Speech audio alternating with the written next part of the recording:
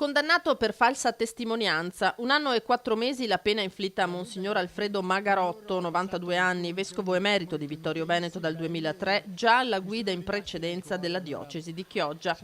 È stata una lettera scritta proprio da Monsignor Magarotto al giudice a portare alla condanna, riguardante una vicenda strettamente familiare, una causa civile relativa a una compravendita contestata dai figli di una cugina del religioso, di fatto una semplice donazione alla quale uno dei due eredi si opponeva. In primo grado l'appello, quindi la testimonianza del vescovo emerito che nel 2016 in aula affermò che la cugina gli aveva confidato di non aver mai percepito il controvalore economico dell'immobile che aveva ceduto a uno dei figli, salvo poi rettificare e correggere con una lettera inviata al giudice un anno dopo quanto dichiarato, affermando che di quei fatti la cugina non gli aveva in realtà mai accennato. Da lì l'apertura di un fascicolo per falsa testimonianza, dopo aver verificato che Monsignor Magarotto, malgrado l'età avanzata, è perfettamente lucido, si è proceduto condannandolo con pena sospesa, una decisione che ora riaprirà anche la vicenda a livello civile.